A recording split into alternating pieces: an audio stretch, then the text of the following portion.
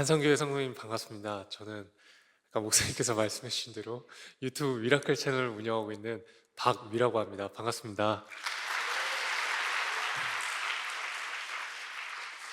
제가 어떤 간증 집회를 가도 이렇게 인사를 우리 모두에게 기적을 위한 인사를 하는 건 제가 처음 봤습니다.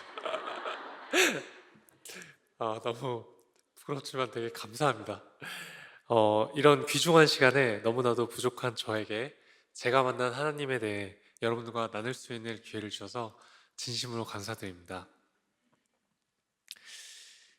저는 어렸을 때 굉장히 큰 우량아로 세상에 태어났습니다. 보통 또래 아들보다 머리 하나가 더 있을 만큼 키가 굉장히 컸습니다. 그리고 굉장히 활발한 아이였어요. 제가 땀을 어찌나 많이 흘렸던지 가끔 놀이터에서 놀다 보면 머리 위에 모래가 한가득 쌓인 채로 집에 들어와서 어머니한테 종종 혼나기도 했습니다. 그리고 제가 소리를 워낙 목청껏 질러서 목에 혹이 생길 정도로 목이 쉬었습니다. 그래서 6살 때 유치원 대신에 동네 상가에 있던 서예학원을 대신 다녔습니다. 초등학생 때는 제가 축구 선수가 꿈이었어요. 그래서 초등학교와 중학교 때까지 축구 선수 생활을 했습니다. 제가 초등학교 때 이야기를 하나 해드릴게요. 초등학교 4학년 때 저희 가족이 이제 영국으로 유학을 갔습니다. 그런데 저희가 영국을 가자마자 한국에서 IMF 사태가 일어났어요. 당시에 저희 아버지가 한국에서 생활비를 벌어서 영국으로 보내주셨는데 당시에 원화 가치가 너무 많이 하락해서 영국의 파운드로 생활하는 것이 굉장히 어렵게 되었습니다. 그러니까 약 23년 전에요. 이 230ml 콜라의 가격이 한국 돈으로 1,500원이었습니다. 그러니까 이게 제가 어디 가면 이렇게 반응이 없으시더라고요. 그래서 제가 꼭 맥도날드 얘기를 해요. 맥도날드 햄버거 가격이요. 23년 전에 세트 하나의 가격이 15,000원이었다고 생각하시면 돼요. 그게 참 신기해요. 맥도날드 얘기하면 다 체감을 하시네요. 그 당시에 저와 제 동생, 제 어머니는요, 이런 조금 그 쉐어하우스에 있는 방 한 칸에서 살게 됐습니다. 그러니까요, 방 4개에요, 4가정이 함께 살았어요. 영국에 유학을 와서 사는 한국 사람들은 저희 가정을 포함해서 대부분 경제적으로 넉넉하지 못했습니다. 그럼에도 저희 어머니는 저희보다 어려운 한인 유학생이라든지 이민 온 가족들에게 늘 진심으로 넉넉하게 베푸셨습니다. 저녁 시간이 되면 저희가 다녔던 한인교회의 사람들이 하나둘씩 저희 집에 왔어요. 그리고 같이 밥을 먹었습니다. 저는 어린 마음에 솔직히 저희 어머니가 이해가 되지 않았어요. 왜냐하면 저희 집 사정이 굉장히 어려웠거든요. 그래서 하루는 엄마한테 이렇게 말했어요. 엄마, 아니 왜 이 사람들 맨날 우리 집 와서 밥 먹는 거야? 아니 우리도 힘들잖아. 근데 어머니는 제가 항상 이렇게 말하는 것에 대답을 안 하셨어요. 그냥 밝게 웃으셨어요. 그러다가 이제 경제 사정이 더 어려워지면서 저희는 다시 한국에 들어왔습니다. 세월이 흐른 후에 어머니께서 이제 영국을 다시 가시면 그 현지에 있는 한인분들이 저희 어머니를 막 서로 공항으로 데리러 오시고 서로 집에 모시러 오시려고 했대요. 그렇게 어머님의 어떤 대가 없는 나눔은요, 나중에 더 큰 사랑으로 보답받게 되었습니다.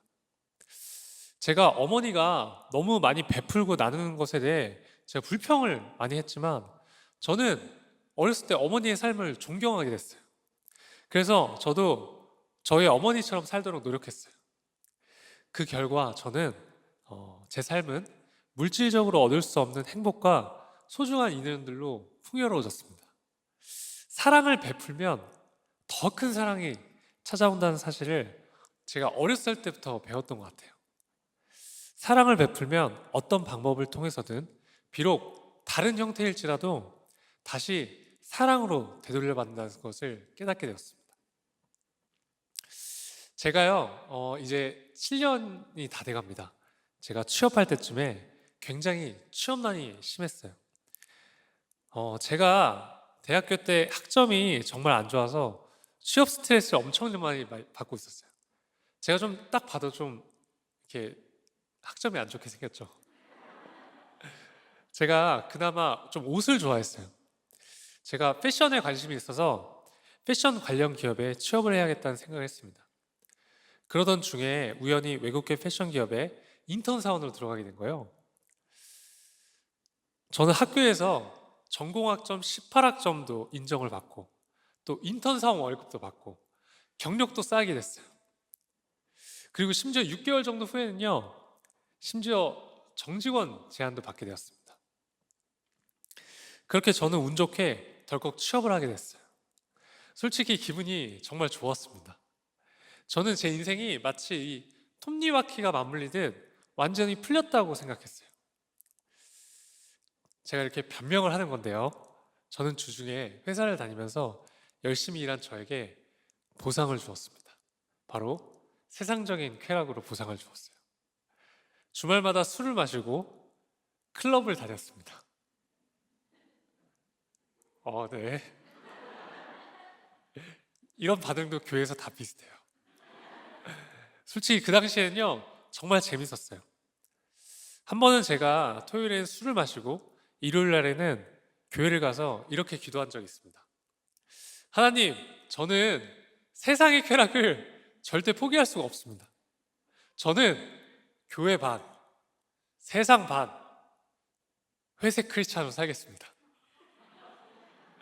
그러다 제가 죽을 때쯤 완전히 하나님께 그때 돌아갈게요.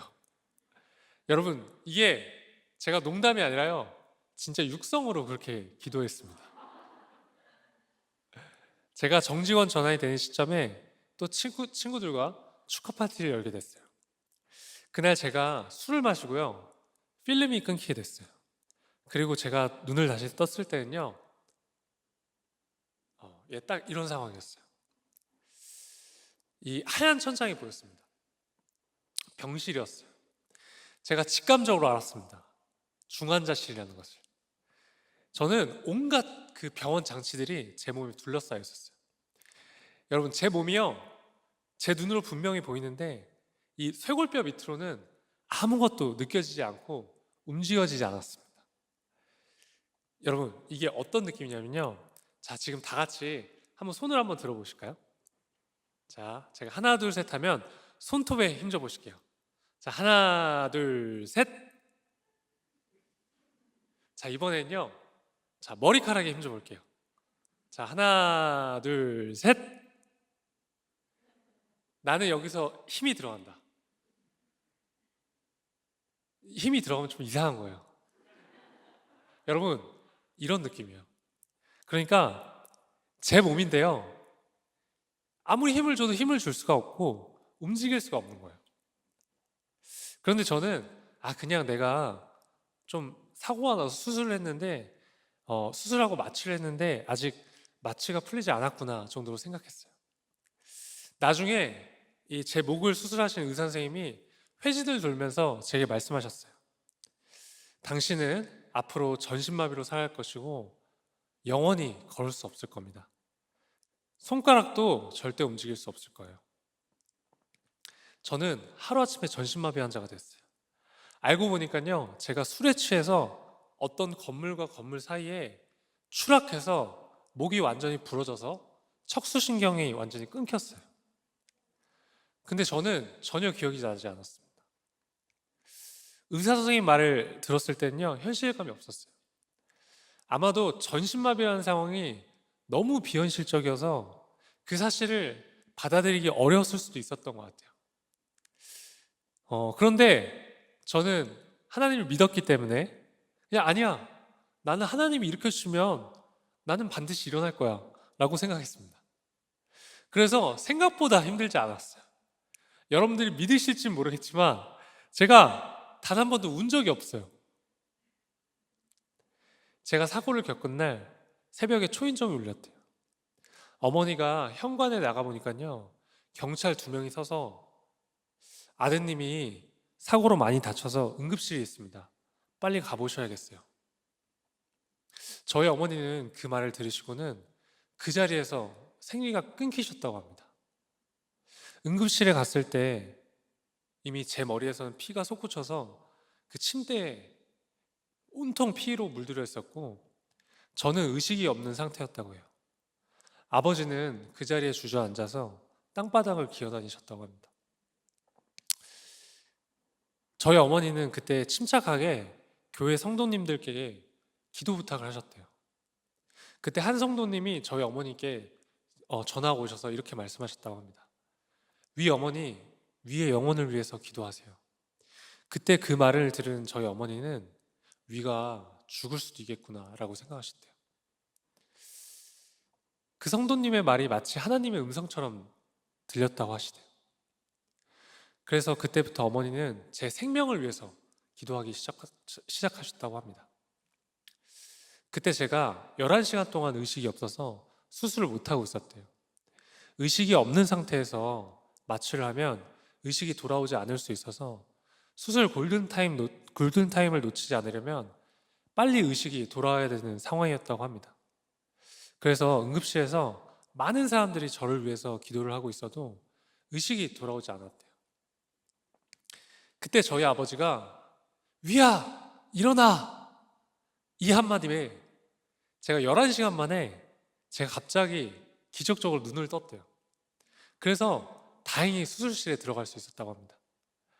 그리고 어머니는 제가 수술에 들어가기 전에 레지던트가 제 MRI 사진을 저희 어머니께 보여주며 아드님은 전신마비입니다 라고 말하는 장면을 영상으로 다 찍으셨어요. 그 정신에. 왜냐면요, 우리 위는 반드시 일어날 것이기 때문에 나중에 간증할 때 증거 자료로 써야 된다. 그렇게 생각하셨대요. 그리고 어머니가요, 왠지 모르겠는데요, 구체적으로 위는 나중에 그 CNN에 가서 간증을 할 거예요 라고 사람들한테 맨날 선포하셨어요. 반면에 저희 아버지는 크리스찬이 아니셨습니다. 저희 아버지는 막 책을 좀 굉장히 많이 읽으시는 지적인 분이셨어요. 아버지는 기독교를 그저 하나의 종교로 생각하셨어요. 저는 아버지랑 어떤 신앙적인 얘기를 하면요, 대화가 되지 않았어요. 저희의 대화는 마치 그 평행선상을 달리는 듯한 그런 대화였습니다. 저는 생각했습니다. 아, 내가 우리 아빠를 평생 전도할 수는 없겠구나. 그런데 중환자실에서 제가 3일 정도 누워있을 때 제가 기도 삽관을 해서요, 아무 말을 할 수도 없는 상황에 저희 아버지가 중환자실에 오셔서 제게 말씀하셨어요. 위야, 너가 믿는 하나님이라면 나도 믿어볼게.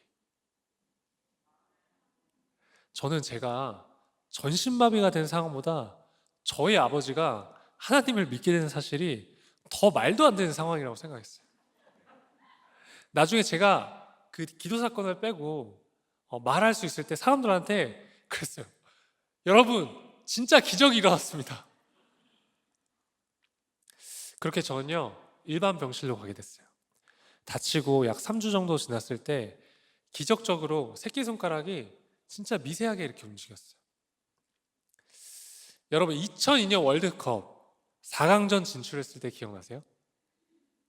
여기 이렇게 나이대가 이렇게 다양하게 있으신 것 같아요. 근데 제 눈으로는 기억나시는 분들이 분명히 꽤 있으신 것 같은데, 마치 그날처럼요, 난리가 났습니다. 와, 우리 위가 드디어 마비가 풀리는구나. 다들 희망을 갖기 시작했어요. 그런데 새끼손가락이 그냥 살짝 움직일 뿐 실제로 병원 생활하는데 기능적으로 아무런 도움이 되지 않았습니다. 현실은 냉혹했어요. 전신마비가 되니까요, 제가 할 수 있는 것은 아무것도 없었어요. 스스로 아무것도 할 수 없게 되었을 때 그 좌절감은요, 정말 상상할 수 없을 정도의 상실감을 안겨줍니다. 병원에서의 삶은 치열한 전쟁과도 같았어요. 그저 침대에 이렇게 누워서 지나야 했어요. 저는 욕창에 걸리지 않기 위해서 2시간에 한 번씩 24시간 동안 몸을 뒤집어줘야 했습니다. 밥도 누군가 다 떠먹여줘야 했고, 이빨도 닦아줘야 했고, 다 저를 씻겨줘야 했어요. 그리고 여러분, 체온 조절이 되지 않아가지고요, 한여름에 냉면을 먹고 오한이 와서 이불을 4겹을 덮은 적도 있어요. 여러분, 전신마비가 되면요, 장기에도 마비가 옵니다. 대소변을 스스로 볼 수 있는 기능을 상실하게 돼요. 저는 소변줄을 차고 있었고, 소변백에 이 소변을 차면요, 가족들이 소변을 항상 비워줘야 했습니다. 그리고 대변을 보기 위해서는요, 좌약을 넣어서 침대 위에서 저희 가족이 다 받아내야 했어요. 그리고요, 막 좌약을 넣는다고요, 그 신호가 금방 오지 않았어요.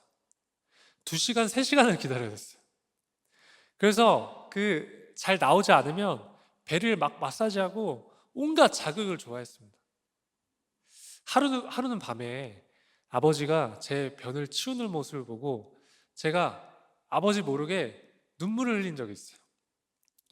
이제는 거민 머리카락보다 흰 머리카락이 많으신 아버지를 제가 28살이 된 제 아들의 뒤처리를 하게 만드는 제 자신이 너무 싫었습니다. 그것을 막 받아들이는 게요, 너무 고통스러웠어요. 그 당시에 저는 취직을 해서 이제 부모님께 경제적으로 완전한 독립을 해서 효도해 드릴 수 있다고 생각했거든요. 물론 인턴 월급 얼마 되지 않았지만 처음으로 부모님께 봉투에 돈을 넣어서 용돈을 드렸을 때 진짜 정말 행복했거든요.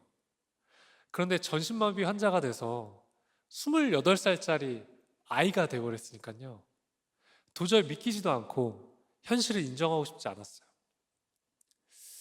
사실 처음에 입원했을 때 저희 가족은 저를 위해 간병인을 고용하려고 했어요. 그런데 저는 간병인에게 제 모든 몸을 보여주고 싶지 않았어요. 그래도 저는 가족들한테 미안해서 아무 말도 할 수 없었습니다. 그런데 제게 3살 차이 나는 남동생이 있거든요. 제 동생이 당시에 대학교 4학년이어서 졸업을 준비하고 있었는데요, 동생이 부모님께 이렇게 말을 했대요. 우리 형은 간병인에게 맡기고 싶지 않아요. 엄마, 제발 제가 형을 간병할 수 있게 해주세요. 그렇게 제 동생은 저를 위해 한 학기를 휴학하고 24시간 제 옆에서 병간호를 해줬습니다.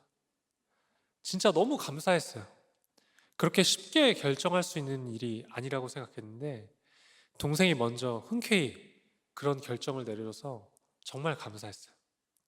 제가 나중에 시간이 지나서 동생에게 이런 질문을 한 적이 있습니다. 지우야, 너에게 장애란 무엇이야? 그러니 제 동생이 주저없이 대답했습니다. 장애는 우리 가족을 단단하게 묶어준 하나의 끈이다. 왜냐하면 가족 모두가 협력해서 저를 돌봐야 했기 때문입니다. 그래도 병원에서 살면요, 생각보다 행복하고 감사한 시간들이었습니다. 정말 많은 분들이 오셔서 위로해 주시고 응원해 주셨어요. 특히 저와 한 번도 마주한 적이 없는 목사님들과 또 저희 교회 분들이 많이 오셔서 기도해 주시고 예배해 주셨어요. 제가 이 나쁜 생각을 할 틈이 없이 병실은 항상 바글바글 했습니다. 하나님은 끊임없이 사람들을 보내셔서 저희 가족과 저를 위로하셨어요. 이를 통해 저와 저희 가족은 지치지 않고 힘을 낼 수 있었습니다. 이것은 분명히 하나님의 은혜와 사랑이었습니다. 제가 이 신촌에 있는 세브란스 병원에 입원했었는데요, 저는 그 전쟁 같았던 재활의 하루를 마무리하면 저녁에 이 조그만한 기도실에 갔습니다. 네, 저게 진짜 기도실이거든요. 저는요, 예전에 저로 돌아가고 싶었어요. 예전에 막 건강하게 걷고 뛰고 막 축구했던 모습으로 너무 돌아가고 싶은 마음이 간절했어요. 여러분, 그래서 평생 읽지도 않던 성경책을 읽고 매일 저녁 기도했습니다. 물론 저만을 위해서 기도했어요. 하나님, 저 제발 일으켜주세요.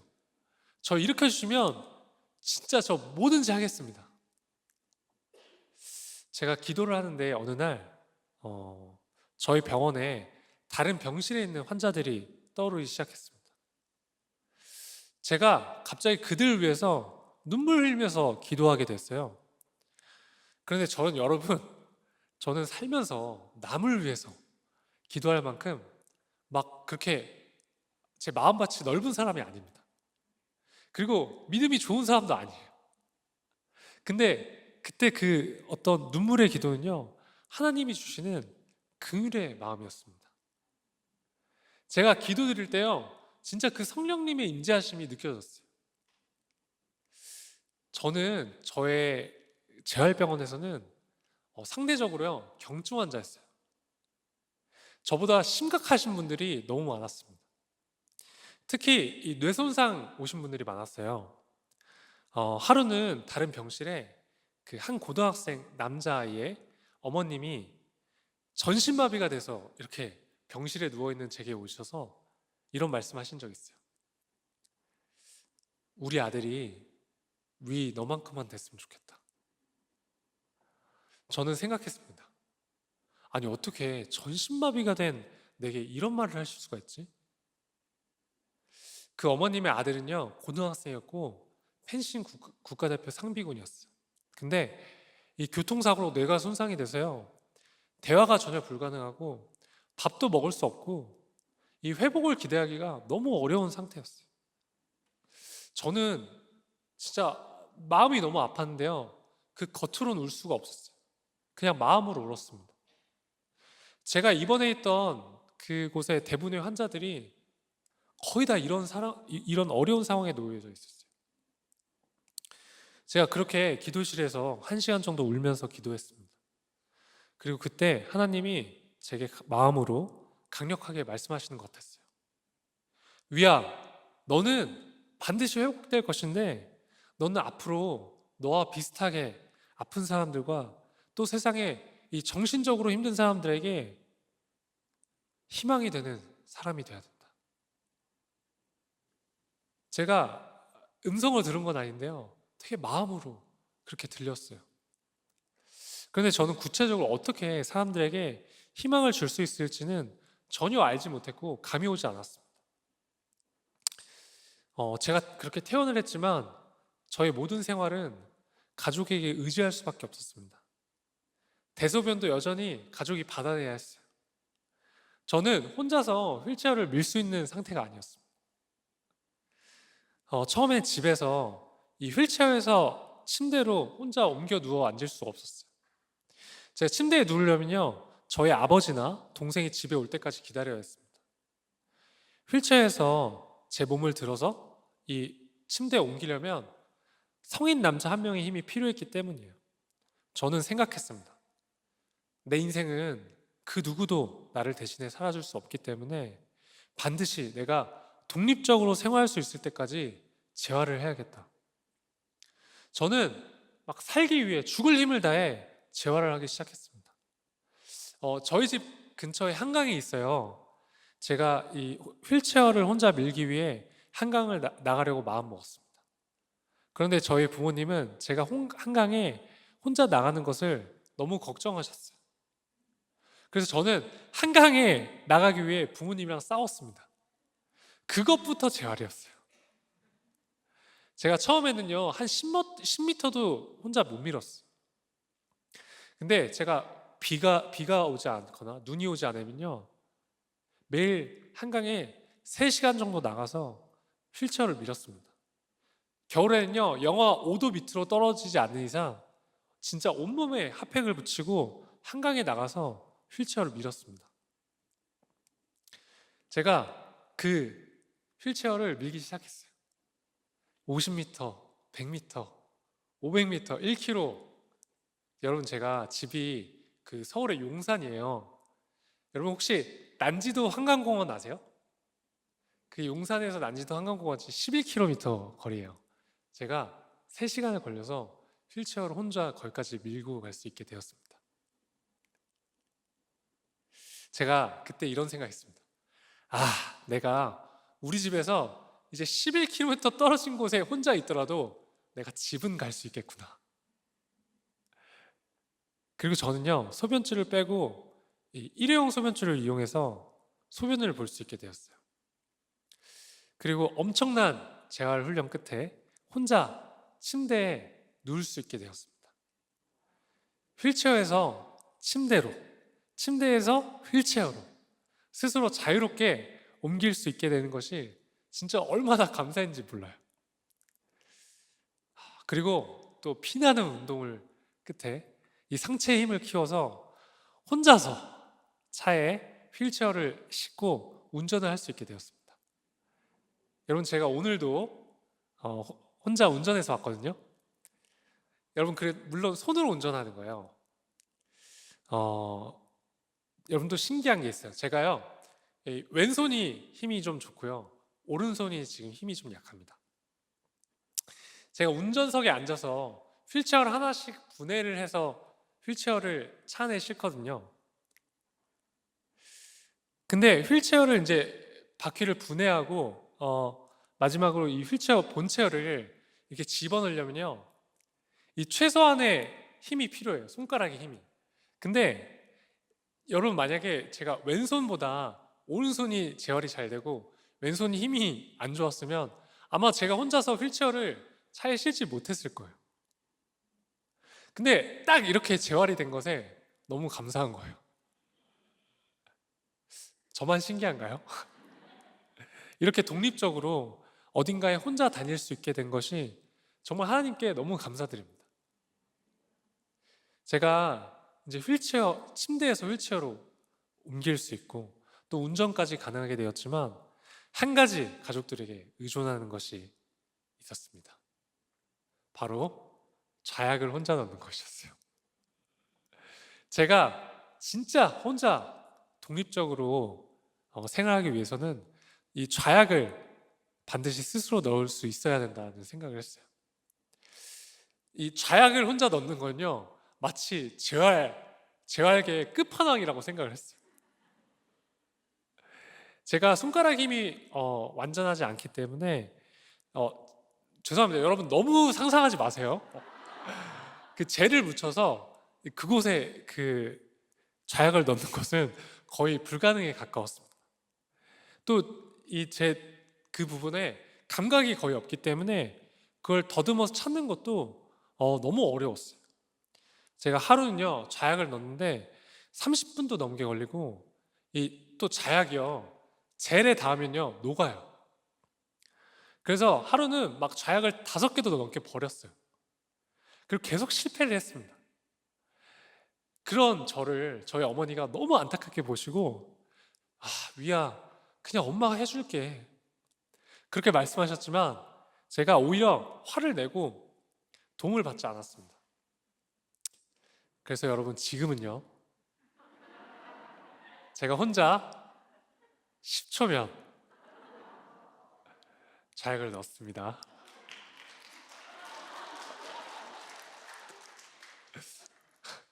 제가 이 좌약을 넣는다고 박수 받을지 모르겠네요.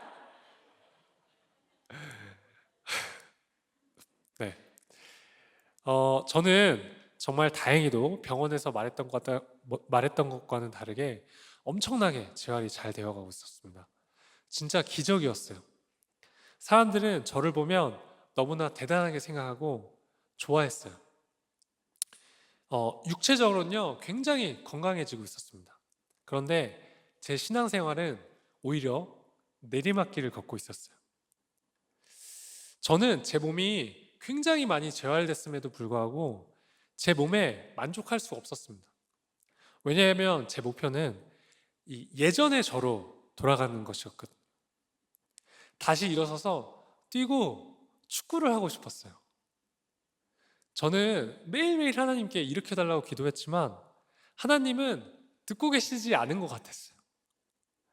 마치 제 기도가 그 어떤 하늘의 벽에 막혀 있는 것 같은 그런 느낌이었어요. 그리고 저는 매일 하는 기도가 똑같기 때문에 제가 예배 시간에 이 기도를 해도 기도가 되지 않고 막 하나님께 더 이상 할 말이 없는 거예요. 그래서 예배 시간에 제 마음은요, 굉장히 냉랭했습니다. 기쁨을 잃었어요. 그리고 저는 청년부 예배를 드리지 않고 그냥 저희 교회 새신자 예배를 다녔어요. 왜냐하면 설교 말씀이 짧았기 때문이에요. 예배 시간이 짧아서. 그러던 중에 제 친구가 어느 날 제게 말했어요. 위야, 우리 이제 다시 공동체 생활을 하자. 이렇게 신앙생활하면 안 될 것 같아. 그래서 저는 못 이긴 척 다시 청년부 예배를 드리기 시작했습니다. 청년부 다시 예배 드리기 2년째 되는 해에 제가 정말 어마어마한 사람을 만나게 됩니다. 그 사람은요, 제가 살면서 봤던 사람 중에 정말 끈질긴 사람이었어요. 제가 항상 이름도 말해요. 유준상. 그 연예인 유준상이 아니고요. 그 친구는요, 정말 기도하는 사람이었어요. 그 친구가 제 순장님이 되었습니다. 여름이 되어서 저희 청년부 여름 수련회 시즌이 되었어요. 그런데 준상이가 저한테 수련회를 가자는 거예요. 그래서 제가 단호하게 거절했습니다. 휠체어를 타고 이 수련회를 가는 것은요, 제게 도전이었거든요. 그리고 저는 잠을 자려면 욕창에 걸리지 않기 위해서 항상 이 매트리스가 있는 침대가 필요했어요. 준상이가 말했습니다. 위야, 수련회장에 침대가 있대. 그리고 내가 도와줄게. 그냥 대충 말만 들어도 좀 끈질기죠. 그렇게 저는 용기를 얻고 못 이긴 척 수련회를 갔습니다. 수련회에 갔지만 저는 여전히 하나님과의 관계는 되게 냉랭했어요. 수련회 마지막 날 밤 집회 시간이었어요. 설교 말씀이 끝나고 기도 시간이 되었는데요. 저는 이렇게 기도했습니다. 하나님, 오케이. 저 이제 일어나지 않아도 좋습니다. 대신에 저 하나님이 제발 살아계신지만 보여주세요. 눈으로 보든 피부로 느끼든 뭐 어떤 방식으로 좋으니까요. 제발 하나님이 살아계신지만 제게 보여주세요. 그렇게 제가 진짜 간절히 기도했거든요. 여러분, 어떤 일이 일어났을까요? 아무 일도 일어나지 않았습니다. 진짜 아무것도 느껴지지 않았어요. 저는 굉장히 실망했습니다. 그때 이제 저희 공동체 담당 목사님이 이렇게 말씀하셨어요. 이제 주변에 아픈 지체들 이 강대상 위로 올라오세요. 기도해 드리겠습니다. 저는요, 정말 나가고 싶지 않았습니다. 저는 치유 기도를 받고 싶지 않았어요. 왜냐하면 저는 다치고 나서 저희 어머니가 저를 데리고 온갖 치유 집회를 데리고 다니셨거든요. 제가 이런 마음 가지면 안 되겠지만 제가 치유 집회를 참여하는 것이 마치 기복신앙 같이 느껴졌어요. 그런데 여러분, 제 옆에 누가 있었을까요? 네, 유준상이 있었습니다. 갑자기 이제 준상이랑 저희 교회 친구들이 제게 막 몰려오기 시작했어요. 예배하는 장소에 한 900명 정도 있었거든요.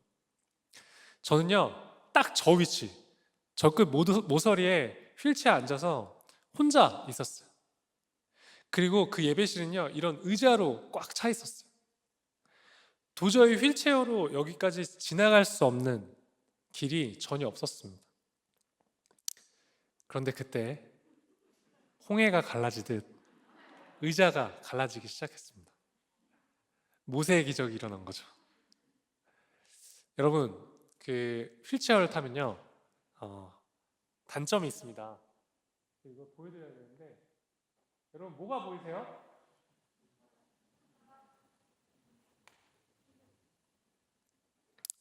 네, 손잡이가 있죠. 그 뜻은 제 의지랑 상관없이 누구든지 휠체어를 움직일 수 있다는 뜻이에요. 저는요, 순식간에 강대상 위로 올라왔어요. 여러분, 마가복음 2장에 보면 그 4명의 친구들이 그 중풍 환자 친구를 예수님 계신 곳에 이렇게 놓는 장면이 있잖아요. 그 역사가 일어난 거예요. 저는 사고 후에 이 병원 생활을 할 때부터 수많은 사람들로부터 위야, 널 위해 기도할게. 넌 반드시 일어날 거야. 내가 환상을 봤는데 네가 걷는 것을 봤어. 내가 응답을 받았는데 위야, 너 곧 일어날 거야. 이런 얘기를요, 진짜 무수히 많이 들었습니다. 물론 처음에는 감사했어요. 그리고 힘이 됐습니다. 그런데 시간이 지날수록 제게 기도해 준다는 사람들의 말은요, 이제 더 이상 제게 힘이 되지 않았어요. 시간이 지나도 저는 걸을 수 없었기 때문에 사람들이 기도할게 라는 말을 하면 그저 겉으로만 그냥 감사합니다 하고는 잊어버렸어요. 그리고 여러분, 이 중보기도는요, 눈에 보이지 않잖아요. 다시 그 단상으로 돌아와서 제가 그날 단상에 올라가 있을 때 적어도 한 20명이 되는 친구들이요, 저를 둘러싸고 있었어요. 머리끝부터 발끝까지 제 몸에 손을 대고 저를 위해 기도했습니다. 제가 그때 눈물 콧물 엄청 많이 흘렸거든요. 단상 위에서 친구들이 저를 위해서 둘러싸서 기도해 주는 모습을 보고 있는데 하나님이 제게 이렇게 말씀하신 것 같았어요. 위야, 이게 중보기도야. 이걸 딱 느끼게 해주셨어요. 제가요, 눈으로 보니까 알겠더라고요. 이 수많은 사람들이 나를 위해서 기도해 주고 있구나. 하나님은 저의 부족한 믿음을 아시고 이 중보기도의 실체를 보여주셨어요. 저는 하나님이 살아계신지 알려달라고 기도했는데 하나님은 제게 중보기도의 실체를 알려주심으로 하나님의 존재를 보여주셨어요. 그러자 저는 저를 위해 기도해 주신 많은 사람들께 너무 죄송스러웠습니다. 그래서 그때 저는 정말 많이 회개했어요. 그렇게 저는 하나님과의 관계를 회복했습니다. 다시 공동체 생활 열심히 할 수 있게 됐죠. 그래서 그 이후에는 휠체어를 타고 이 제주도와 일본으로 아울렛도 다녀왔습니다. 저는 모태신앙으로서 교회를 오래 다녔지만 솔직히 막 교회 공동체에 대한 중요성을 잘 알지 못했던 것 같아요. 그런데 공동체 생활을 열심히 하게 되면서 신앙적으로 성숙하게 되었습니다. 공동체 안에서 신앙생활을 공유하고 또 서로 나누고 기도하니까요, 비로소 왜 혼자서는 신앙생활을 하는 것이 어려운지 깨닫게 되었어요.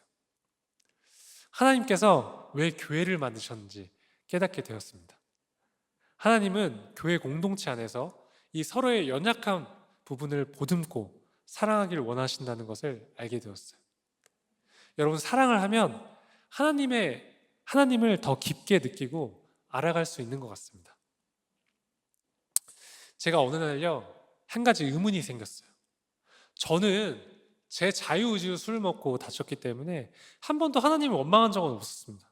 그런데 제가 전신마비가 되고 살아가 보니까요, 세상에 태어날 때부터 자기 의지와 상관없이 장애가 있고 수많은 요인들로 인해서 고통받는 사람들이 너무 많이 보였어요. 교회에서는 공평하신 하나님이라고 하는데 제가 바라보는 이 세상은요, 너무 불공평한 거예요. 그래서요, 제가 하나님께 따졌습니다. 아니, 하나님, 지금 이렇게 수많은 사람들이 고통받고 있는데 왜 가만히 내버려 두시는 거예요? 아니, 공평하신 하나님이라면서요. 전 이해가 되지 않습니다. 아니, 적어도 그들은 하나님이 직접 도와주셔야 되는 거 아니에요? 한번 대답해 보세요. 그리고 저는 제가 하나님께 질문했던 것도 잊어버렸어요. 그리고 약 3일 정도가 지나고요, 제가 화장실에 있는데, 여러분 보통 화장실에서는 하나님 생각 잘 안 하시죠? 제가 갑자기 마음속으로 강력하게 이렇게 말씀하시는 것 같았어요. 여러분, 이거 진짜 리얼이에요, 리얼. 위야, 네가 가서 사랑하면 되잖아. 저는 진짜 충격이었습니다. 이 도저히 반문할 수가 없었어요. 저는요, 하나님이 절대로 제 질문에 제가 이해할 수 있는 대답을 하실 수 없을 거라고 생각했습니다.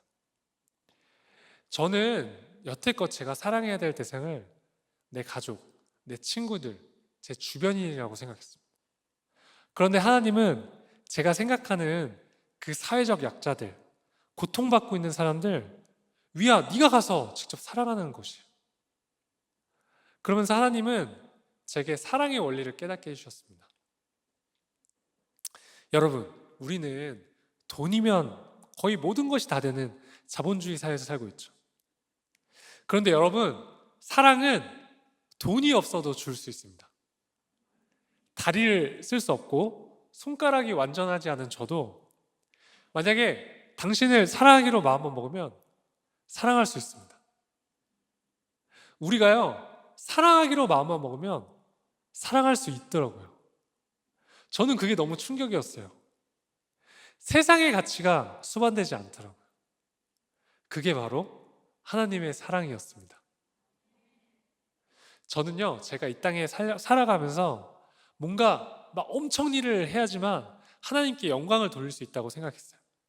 그런데 제가 이 땅에 태어난 이유와 목적은 바로 사랑하기 위해 태어난 것이었습니다. 부족하지만 제가 할 수 있는 선에서 열심히 사랑을 베푸는 것이죠.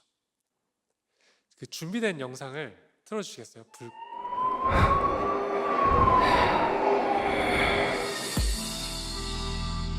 앞으로 못 걸어요. 네? 평생 힘들다고.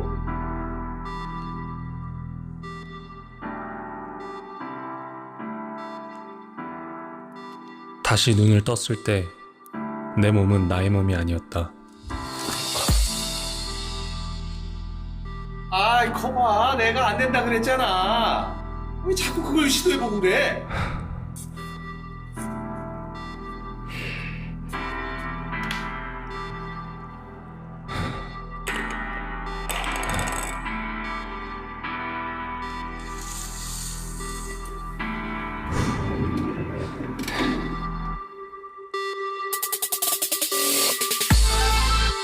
담당 의사는 손가락도 움직일 수 없다고 말했지만 나는 절대 포기하지 않았다.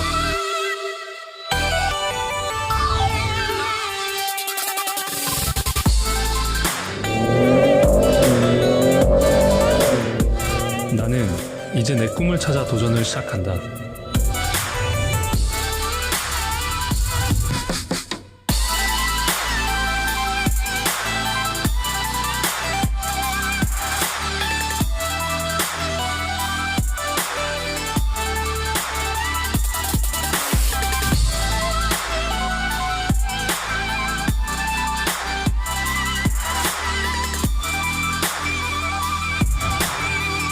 일할 수 있는 능력이 완전히 제한된 건 아닙니다. 할 수 있는 것들이 너무나 많아요.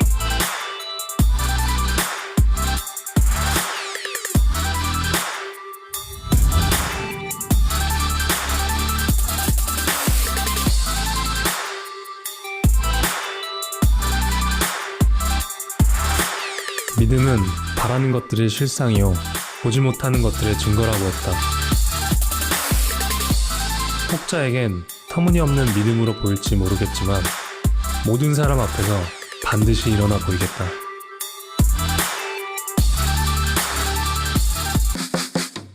위 일어난다.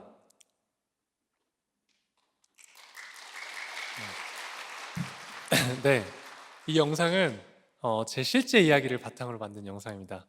아까 병원에서 기도실에서 죄송합니다. 제가 아까 전에 처음에 의사 선생님 역할 하셨던 분 있죠? 저의 친이모부입니다. 저희 이모부가 물리치료 선생님이신데요. 가운 입고 실제로 애드리브로 다 연기하셨어요. 제가 아까 전에 병원 기도실에서 하나님이 제게 비전을 주셨다고 말씀드렸죠. 그런데 저는 구체적으로 어떻게 사람들에게 도움이 되어야 할지 잘 알지 못했습니다. 그런데 저는 아울스를 다녀오고 어느 날 하나님이 제 마음에 생각나게 해주셨어요. 시간과 장소에 구애받지 않고 사람들을 만날 수 있는 방법, 바로 유튜브였습니다. 그래서 저는 확신을 가지고 그때부터 주변 사람들에게 중보기도를 부탁했어요. 여러분, 제 이름이 박위입니다. 영어로 위는 우리라는 뜻이 있죠.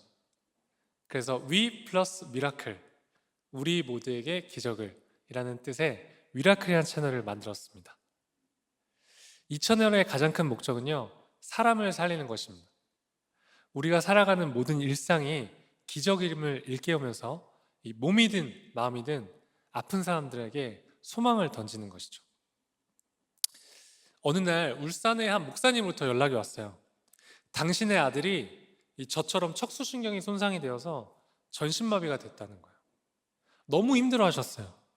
저랑 하루에 2시간씩 통화하셨습니다.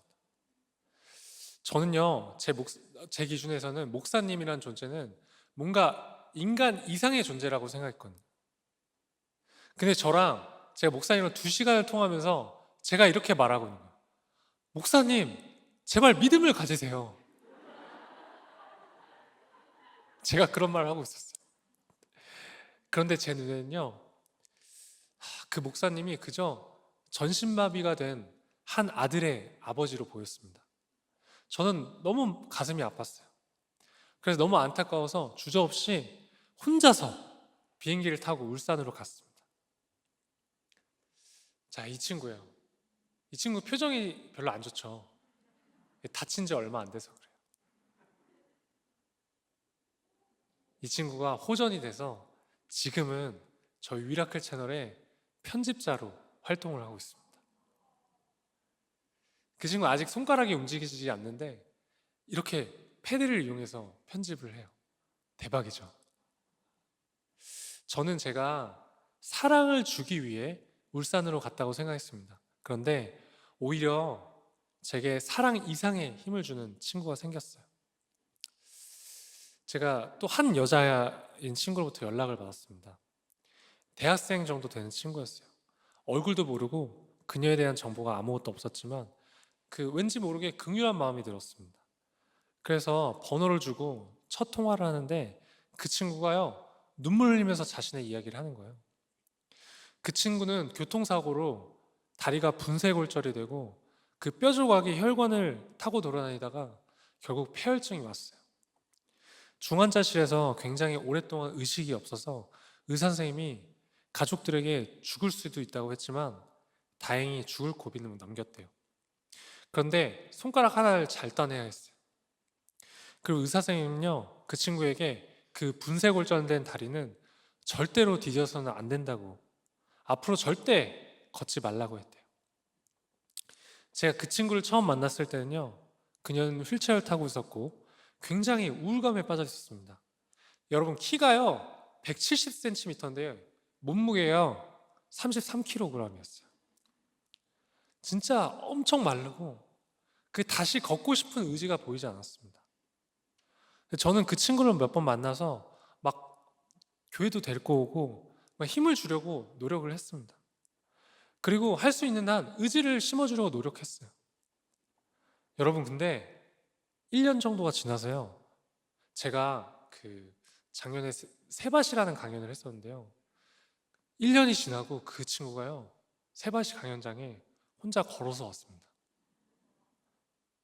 물론 완전한 모습은 아니지만 쩔뚝쩔뚝 걸어서 왔어요.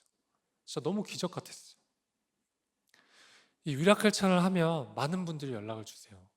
그 중에 가장 기억에 남는 글은, 제가 오늘 생을 마감하려고 했는데 우연히 보게 된 위라클 채널을 보고 제가 오늘 살기로 결심했습니다.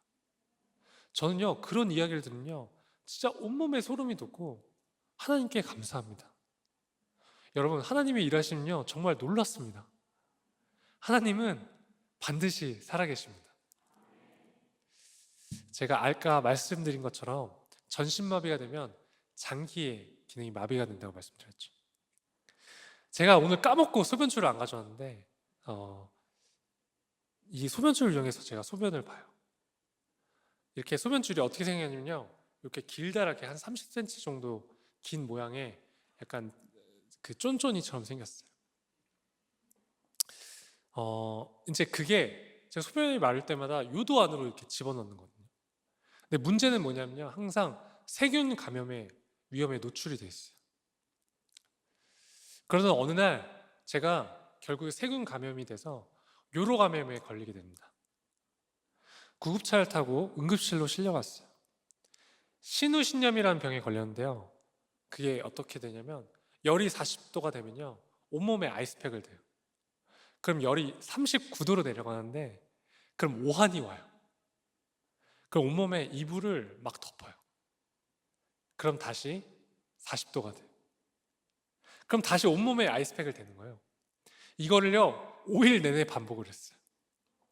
진짜 너무 힘들었습니다. 너무 고통스러웠어요. 제가 비뇨기과 5인실에 입원했었는데요, 저만 제외하고 나머지 분들은 다 연세가 있으셨어요. 막 암 환자, 다리가 팔보다 가느신 분, 그저 연명하시는 분, 그 중에 저 혼자 젊은 사람이었습니다. 아침 7시에 눈을 떴어요.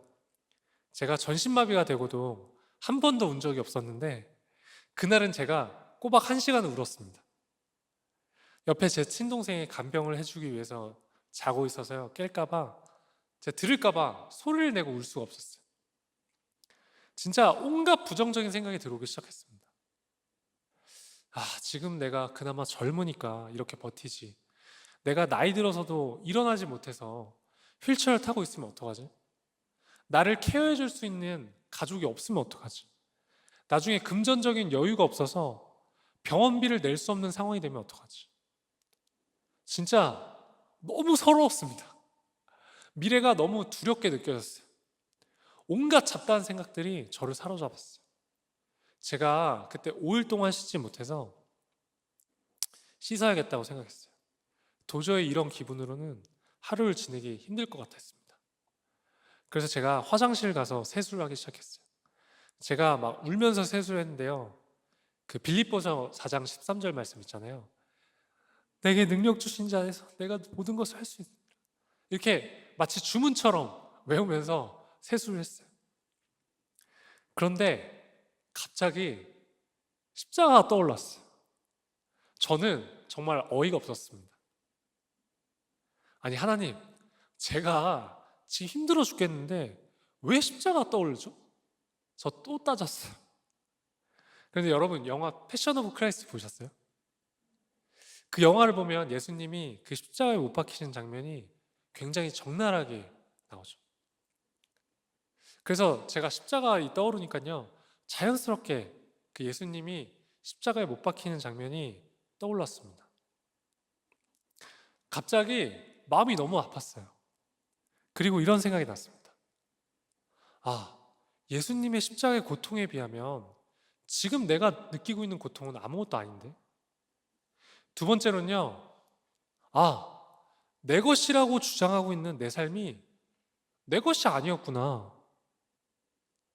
나는 지금 죄인이지만 예수님께서 나를 위해 십자가에 못 박히심으로써 죄의 대가를 지불하셨기 때문에 나는 대가 없이 새 생명을 얻었구나.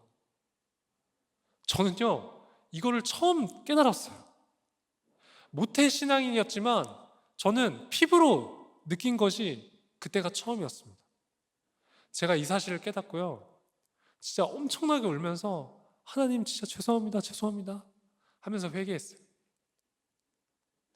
그러다가요, 제가 그때 딱 울음을 그쳤습니다. 그리고는 이 알 수 없는 막 힘이 생기기 시작했어요. 제가 그러면서요, 성경 말씀이 딱 떠올랐어요. 요한복음 3장 16절 말씀인데요, 한번 다 같이 읽어볼까요? 시작.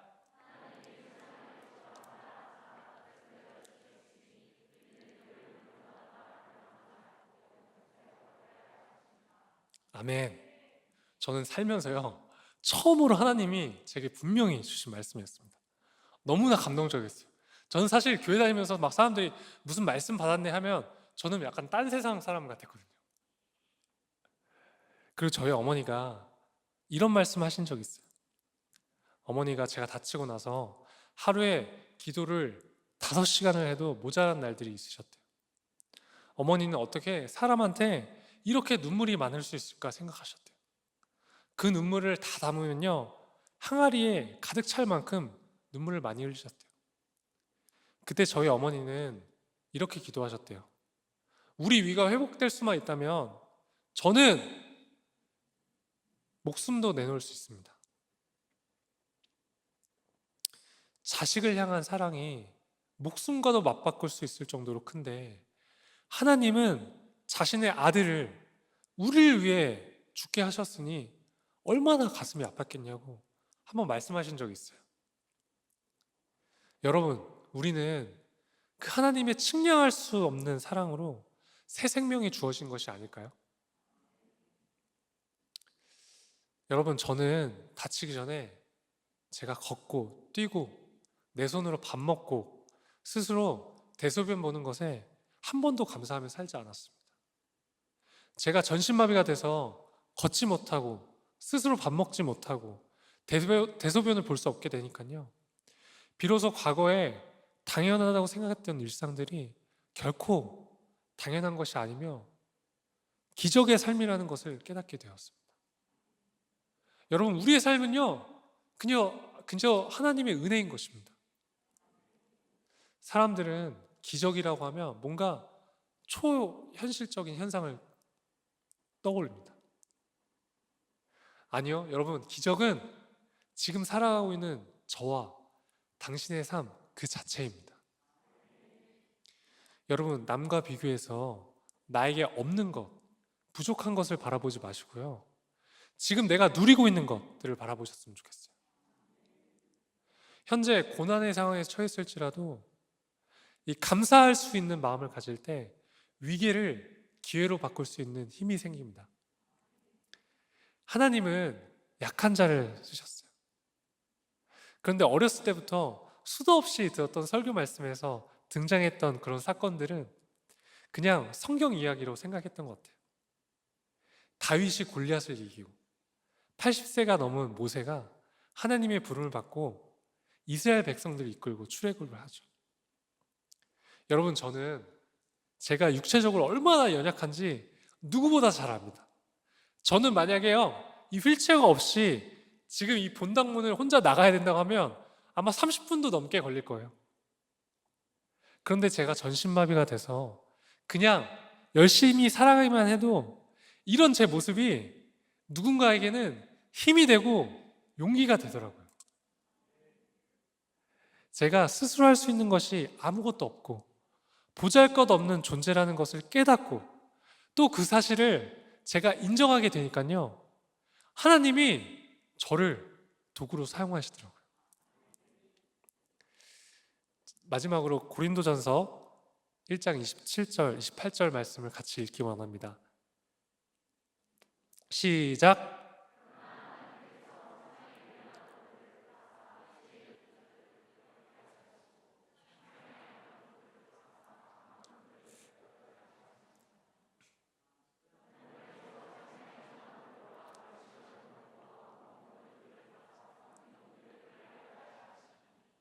아멘. 여러분, 고린도전서 말씀처럼 하나님은 세상에 미련하고 약하고 천하고 멸시받는 사람들을 택하셨대요. 여러분, 만약 지금 여러분이 연약하고 고통받고 있으신가요? 그러면 이제 하나님이 여러분을 쓰실 수 있다는 뜻일지 모르겠어요. 우리는 연약하기 때문에 하나님을 드러낼 수 있기에 감사해야 하지 않을까요? 우리의 고난은 하나님과 가까워질 수 있는 축복입니다. 말씀 하나만 더 읽고 간증을 마무리하겠습니다. 시작. 둘째는 이것이니 내 이웃을 내 자신과 같이 사랑하라 하신 것이라. 이보다 더 큰 계명이 없느니라. 아멘. 여러분, 우리는 언제든 어떻게든지 이 사랑을 삶에서 실천할 수 있다고 생각합니다. 여러분, 우리는 사랑하기 위해 태어난 사람들입니다.